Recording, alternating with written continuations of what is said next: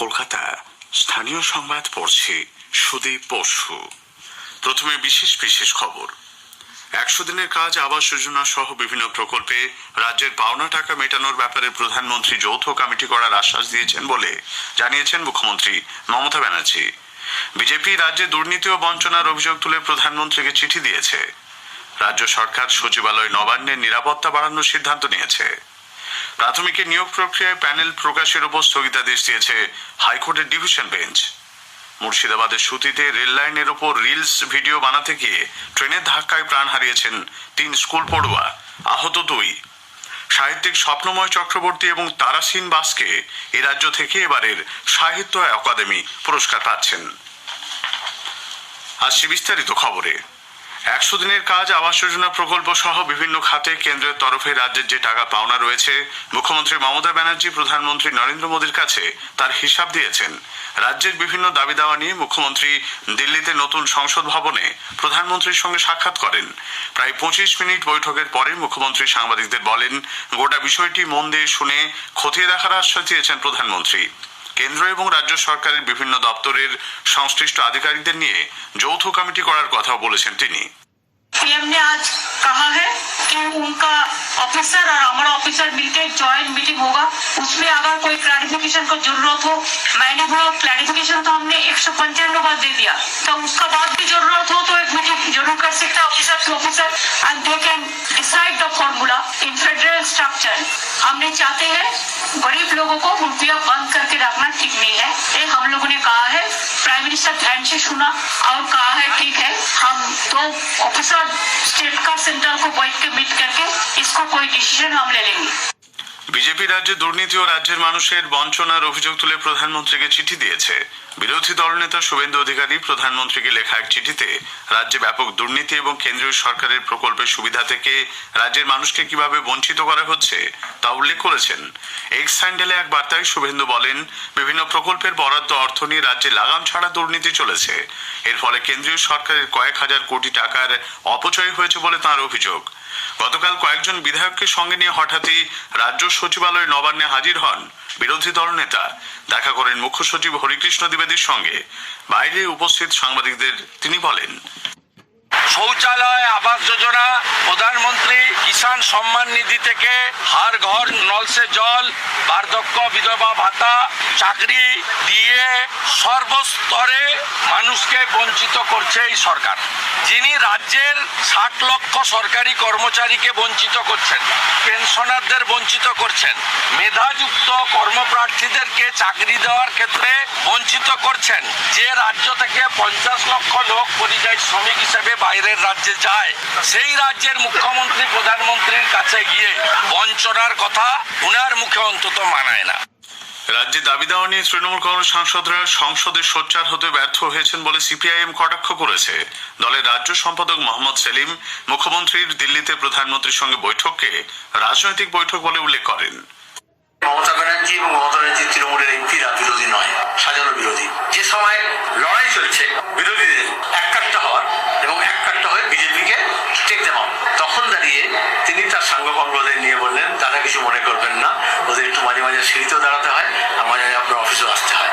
আসলে বিরোধী শূন্য বিধানসভা এবং বিরোধী শূন্য লোকসভা আরএসএস চায়, কোথাও মোদীকে সামনে রেখে চায় আর কোথাও মমতাকে সামনে রেখে চায়।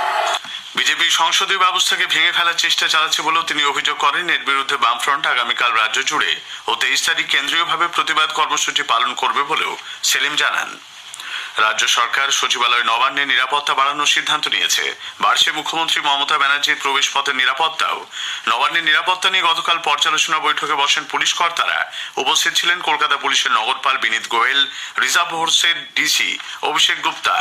এই বৈঠকে গোয়েন্দা বিভাগকে আরো সক্রিয় হতে বলা হয়েছে। পাশাপাশি নবান্নের বিভিন্ন গেটে বাড়তি পুলিশ মোতায়েনের সিদ্ধান্ত নেওয়া হয়েছে। তৃণমূল কংগ্রেসের বিরুদ্ধে সন্ত্রাসের অভিযোগ তুলে বিজেপি গতকাল মালদা শহরে প্রতিবাদ মিছিল বের করে। উপস্থিত ছিলেন যুব মোর্চা রাজ্য সভাপতি ইন্দ্রনীল খাঁ এবং মহিলা মোর্চার সভাপতি অগ্নিমিত্রা পাল প্রমুখ।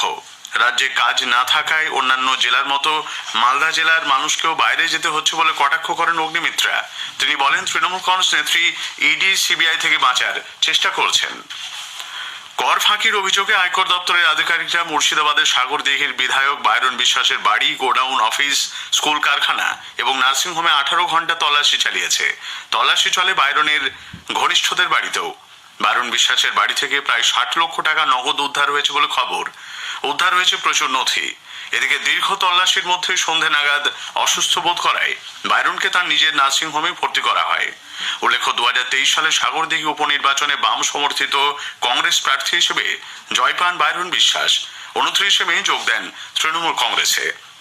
প্রাথমিকের নিয়োগ প্রক্রিয়ার প্যানেল প্রকাশ নিয়ে কলকাতা হাইকোর্টের বিচারপতি অমৃতা সিনহার নির্দেশের উপর স্থগিতাদেশ দিয়েছে ডিভিশন বেঞ্চ। প্রাথমিকের নিয়োগে জেলাভিত্তিক প্যানেল আদালতে পেশ করার নির্দেশ দেন বিচারপতি সিনহা। ওই নির্দেশকে চ্যালেঞ্জ জানিয়ে ডিভিশন বেঞ্চে গিয়েছিল প্রাথমিক শিক্ষা পর্ষদ। গতকাল বিচারপতি সৌমেন সেন এবং বিচারপতি উদয় কুমারের ডিভিশন বেঞ্চ সিঙ্গেল বেঞ্চের নির্দেশের উপর 4 সপ্তাহের জন্য স্থগিতাদেশ দিয়েছে। এদিকে কলকাতা হাইকোর্টের বিচারপতি অভিজিৎ গঙ্গোপাধ্যায়ের বাড়িতে গিয়ে বিচারের আর্জি জানিয়েছেন এসএলএসটি চাকরি প্রার্থীরা। তাদের সঙ্গে কথা বলে প্রয়োজনীয় পরামর্শ দিয়েছেন বিচারপতি গঙ্গোপাধ্যায়। এরপর চাকরি প্রার্থীরা সুকিয়া স্ট্রিটে তৃণমূল কংগ্রেসের রাজ্য সম্পাদক কুণাল ঘোষের বাড়িতেও যান, তবে তার সঙ্গে দেখা হয়নি বলে জানা গেছে। স্থানীয় সংবাদ শুনছেন আকাশবাণী কলকাতা কেন্দ্র থেকে।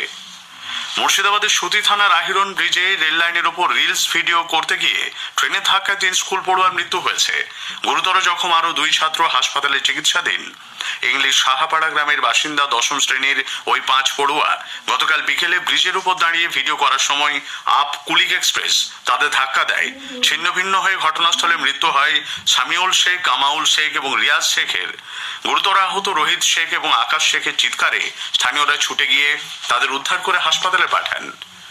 অকাল বৃষ্টিতে আলু চাষে লোকসান হয়। মানসিক অবসাদে পূর্ব বর্ধমানে ফের এক কৃষকের আত্মহত্যার ঘটনায় এলাকায় শোকের ছায়া নেমে এসেছে। কালনা সুলতানপুরের ভাট্টা গ্রামের বাসিন্দা বছর 48-এর হাসমুল মণ্ডল গতকাল সকালে নিজের বাড়িতেই কীটনাশক খান। কালনা হাসপাতালে ভর্তি করা হলে সেখানে তার মৃত্যু হয়। রাজ্যে সর্বত্র ভূগর্ভস্থ জলের ভান্ডার ধরে রাখতে রাজ্য সরকার আগামী বছরের শুরুতেই নতুন একটি প্রকল্প হাতে নিচ্ছে। রাজ্যের জনস্বাস্থ্য কারিগরি দপ্তর গৃহীত এই প্রকল্পের আওতায় উপযুক্ত জায়গা চিহ্নিত করে সেখানে বৃষ্টির জল ভূগর্ভের নির্দিষ্ট স্তরে পাঠিয়ে দেওয়ার উপযোগী পরিকাঠামো গড়ে তোলা হবে। নতুন এই প্রকল্পের জন্য আগামী জানুয়ারি মাস থেকেই পশ্চিমাঞ্চলের জেলাগুলিতে সমীক্ষার কাজ শুরু হবে। প্রত্যেক জেলায় এই প্রকল্প রূপায়ণের পরিকল্পনা থাকলেও পুরুলিয়া, পশ্চিম মেদিনীপুর, ঝাড়গ্রামের মতো সুখা জেলাগুলিকে অগ্রাধিকার দেওয়া হচ্ছে। এবছরের সাহিত্য অকাদেমি পুরস্কার পাচ্ছেন সাহিত্যিক স্বপ্নময় চক্রবর্তী। জলের উপর পানি উপন্যাসের জন্য তিনি এই সম্মান পাচ্ছেন। আকাশবাণীর প্রাক্তন আধিকারিক স্বপ্নময় বাবু বহুদিন ধরে সাহিত্য সাধনায় ব্রতী। 2005-এ অবন্তীনগর উপন্যাসের জন্য তিনি বঙ্কিম পুরস্কার পান। রূপান্তরকামীদের নিয়ে গবেষণা ভিত্তিক উপন্যাস হলদে গোলাপের জন্য 2015 সালে পান আনন্দ পুরস্কার। তার এই সম্মানে খুশির হাওয়া সাহিত্য মহলে। আকাশবাণীকে দেওয়া একান্ত সাক্ষাৎকারে স্বপ্নময় বাবু জানান, কবি বন্ধু রাহুল পুরকায়স্থ প্রথম আমাকে জানালো, সরকারি ভাবে আরো পরে জেনেছি। একটা তৃপ্তির জায়গা হলো, যে একটা স্বীকৃতি হলো। হ্যাঁ, তবে এটা লেখার সময় মনে হচ্ছিল উপন্যাসটা ভালোই লিখছি। আমি লেখার পরে খুবই ভালো প্রতিক্রিয়া পাচ্ছিলাম। সাঁওতালি ভাষায় জবাব আহা গল্প সংকলনের জন্য সাহিত্যিক তারাসিন বাস্কেও পেয়েছেন সাহিত্য অকাদেমি পুরস্কার। সাহিত্য জগতে তিনি পরিচিত টুরিয়া চাঁদ বাস্কে নামে। হলদিয়ার বাবুপুর এগ্রিকালচারাল হাই স্কুলের ইংরেজি শিক্ষক তারাসিন বাবু ঝাড়গ্রামের লালগড়ের পানপুরিয়া গ্রামের বাসিন্দা। এবছর রাজ্য সরকারের শিক্ষারত্ন সম্মানও পেয়েছেন তিনি। 2015 সালে তিনি সম্মানিত হন সাঁওতাল একাডেমির শারদা প্রসাদ কিস্কু পুরস্কারে। আসন্ন বইমেলার প্রস্তুতি নিয়ে গতকাল নবান্নে মুখ্য সচিব হরিকৃষ্ণ দ্বিবেদীর সঙ্গে বৈঠকে বসেন উদ্যোক্তা পাবলিশার্স অ্যান্ড বুকসেলার্স গিল্ড ও প্রশাসনিক কর্তারা। বইমেলার সময় পার্কিং এর সমস্যা মেটাতে এবার করুণাময়ী এলাকার সেন্ট্রাল পার্ক সংলগ্ন সরকারি অফিসগুলির পার্কিং এর জায়গা ব্যবহারের সিদ্ধান্ত হয়েছে। যাত্রী সুরক্ষা ও সংস্কারের কাজের জন্য কলকাতা হাওড়ার মধ্যে সংযোগকারী দ্বিতীয় হুগলি সেতু আজ রাতে সম্পূর্ণ বন্ধ থাকবে। হুগলি রিভার ব্রিজ কমিশনের অধীনে থাকা এই সেতুতে রাত 1টা থেকে 3টে পর্যন্ত দুদিকের রাস্তায় পুরোপুরি বন্ধ থাকবে বলে কলকাতা পুলিশের এক বিজ্ঞপ্তিতে জানানো হয়েছে। মুম্বাইয়ে আইএসএল ফুটবলে মুম্বাই সিটি এফসি গতকাল 2-1 গোলে মোহনবাগান সুপার জায়ান্টকে হারিয়ে দেয়। মুম্বাইয়ের পক্ষে গ্রেগ স্টুয়ার্ট, বিপিন সিং ও মোহনবাগানের জেসন কামিন্স গোল করেছেন। সরকার জাতীয় ক্রীড়া সম্মান 2023 ঘোষণা করেছে। উত্তর 24 পরগনার নৈহাটির ঐহিকা মুখার্জি টেবিল টেনিসে এবার অর্জুন পুরস্কার পাচ্ছেন। বর্তমানে তিনি জাতীয় টেবিল টেনিসে অংশ নিতে হরিয়ানার পঞ্চকুলায় রয়েছেন। স্থানীয় সংবাদ শেষ হলো।